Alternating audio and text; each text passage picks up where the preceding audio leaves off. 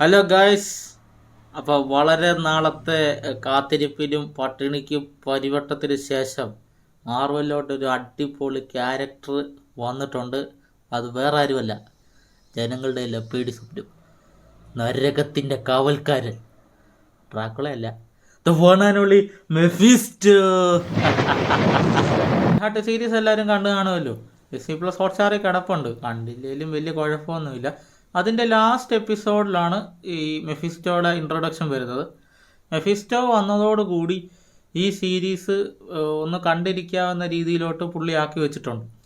മാർവലിൻ്റെ one of the best വില്ലന്മാരിൽ ഒരാളാണ് Mephisto. അതായത് നമ്മുടെ ഗലാക്ടസോ ഡോർമാമോ അവരുടെ ഒരു റേഞ്ചിലോട്ട് വരത്തില്ലെങ്കിലും ആ ഒരു സീരീസിൽ നമുക്ക് ഉൾപ്പെടുത്താൻ പറ്റുന്നൊരു വില്ലൻ തന്നെയാണ് മെഫിസ്റ്റോ. പിന്നെ മെഫിസ്റ്റോയ്ക്ക് പല പേരുകളുണ്ട്. നമ്മുടെ ലൂസിഫറിനകത്തെ ലാലേട്ടൻ പറയത്തില്ലേ, ഹിന്ദുക്കൾക്ക് വെനിബിലീസ്, ക്രിസ്ത്യാനികൾക്ക് മഹിരാവണൻ.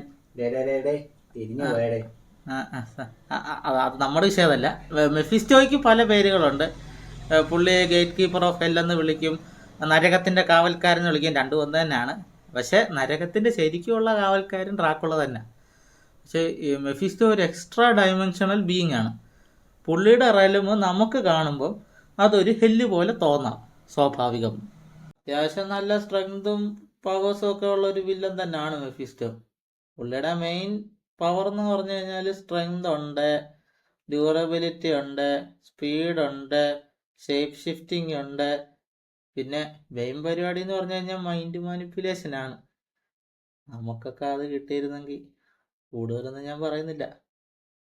പുള്ളി മെയിനായിട്ട് ഒരു കൺവിൻസിങ് സ്റ്റാറാണ്. പുള്ളി അടിപൊളിയായിട്ട് നമ്മളെ കൺവിൻസ് ചെയ്യും. പിന്നെ മാക്സിമം ആത്മാക്കളെ തിന്നുക, അവരെ എടുക്കുക. അതായത് പ്യുവറായിട്ടുള്ള സോളുകളാണെങ്കിൽ അത്രയും പവർ പുള്ളിക്ക് കൂടും. മെഫിസ്റ്റോയുടെ first appearance 1968 Silver Surfer comic book 3 സ്റ്റാൻലിയും ജോൺ ബുസ്കെമയാണ് മെഫിസ്റ്റോയുടെ ക്രിയേറ്റേഴ്സ്.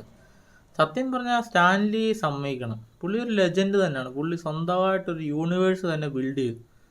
നമ്മളൊക്കെ ഒരു വരി എഴുതിയിട്ട് പോലും ആർക്കും വേണ്ട, മുത്തുച്ചിപ്പിക്ക് അയച്ചു കൊടുത്തിട്ട് അവർ വരെ കീർക്കളഞ്ഞു.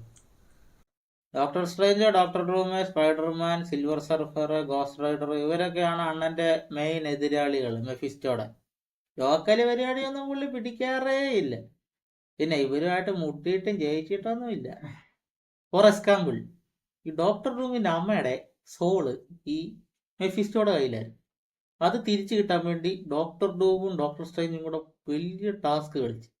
ഒരു വലിയ ടാസ്കിന് ശേഷമാണ് പുള്ളിയുടെ അമ്മയുടെ സോള് മെഫിസ്റ്റോ വിട്ടുകൊടുത്തത്.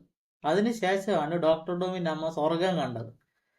പിന്നെ ഈ പുള്ളി ചെയ്ത മെയിൻ ചെറ്റത്തരം എന്ന് പറയുന്നത് നമ്മുടെ സ്പൈഡർമാനിട്ടൊരു പണി കൊടുത്തു. അതായത് സ്പൈഡർമാനെയും മേരി ജെയിൻ വാട്സൻ്റെയും കല്യാണം ഒരിക്കലും നടക്കാത്ത രീതിയിൽ ഒരു ടൈം ലൈൻ അങ്ങ് സെറ്റ് ചെയ്തു. കാരണം എന്നാ, പുള്ളിക്ക് ഒരു റോങ് വൈബ് അടിച്ച്. അതെന്താന്ന് ഞാനിപ്പോൾ പറയുന്നില്ല, നിങ്ങൾക്ക് പിന്നെ മനസ്സിലാകും. പിന്നെ അവൾ അത്ര നല്ല പിള്ളയൊന്നും അല്ല. ഏത് എൻ്റെ കാര്യമല്ല. മാർവൽ ഈ ക്യാരക്ടറിനെ ഇപ്പോൾ ഇൻട്രൊഡ്യൂസ് ചെയ്ത ഒരു മികച്ച തീരുമാനമായിട്ടാണ് എനിക്ക് തോന്നുന്നത്. കാരണം ഇനി യൂണിവേഴ്സ് എക്സ്പാൻഡ് ചെയ്തില്ലെങ്കിൽ പണി കിട്ടുമെന്ന് അവർക്കറിയാം. ഏത് ഈ ക്യാരക്ടറിനെ ഇത്രയും ഓറയുള്ളതുകൊണ്ട് അത്രയും ഓറയുള്ള ഒരു ആക്ടറിനെ ഇത് ഹോൾഡ് ചെയ്യാൻ പറ്റത്തുള്ളൂ. മാർവൽ കാസ്റ്റ് ചെയ്തേക്കുന്നതും അതുപോലൊരു ആക്ടറിനെയാണ്, വേറെ ആരുമല്ല, നമ്മുടെ സച്ചെ ബോറൻ കോഹൻ. പുള്ളിയുടെ കാണുമ്പോൾ തന്നെ നമുക്കൊരു ഡീമൻ ഫീൽ അടിക്കും ഈ സീരീസ് മൊത്തം. പിന്നെ പുള്ളിയുടെ നേരത്തെ വർക്കൊക്കെ കണ്ടവർക്കറിയാം പുള്ളിയുടെ വർക്ക് എങ്ങനെയാണെന്ന്. Borat, the Dictator. ബോറാറ്റ് ഒരു ഡാർക്ക് കോമഡി മോക്യുമെന്ററിയാണ്, കണ്ടവർക്ക് കത്തും. ദിക്തേക്തർ ഒരു വൺ മാൻ ഷോ ആണ് പുള്ളിയുടെ, തുടക്കം മുതൽ ലാസ്റ്റ് വരെ. പിന്നെ ഇത് രണ്ടെണ്ണം കണ്ടിട്ട് പുള്ളിയെ വിലയിരുത്തരുത് ഇതുമായിട്ട്, കാരണം രണ്ടും രണ്ട് ടൈപ്പ് പരിപാടിയാണ് പുള്ളി പിടിച്ചേക്കുന്നത്. മാർവൽ ഇപ്പോൾ എടുത്തിരിക്കുന്നത് എന്തായാലും നല്ലൊരു ഡിസിഷൻ തന്നെയാണ്. ഫേസ് 5 എക്സ്പെക്റ്റേഷൻസ് മീറ്റ് ചെയ്തിട്ടില്ല. ഫേസ് 6 നല്ല ലൈനപ്സ് ഉണ്ട്. ഡോക്ടർ ഡൂം വരുന്നുണ്ട്, അത് വേറെ കാര്യം. എന്താണേലും ഇത്തരം ഡിസിഷൻസ് എടുക്കുന്നതായിരിക്കും മാർവലിൻ്റെ ഭാവിക്ക് നല്ലത്.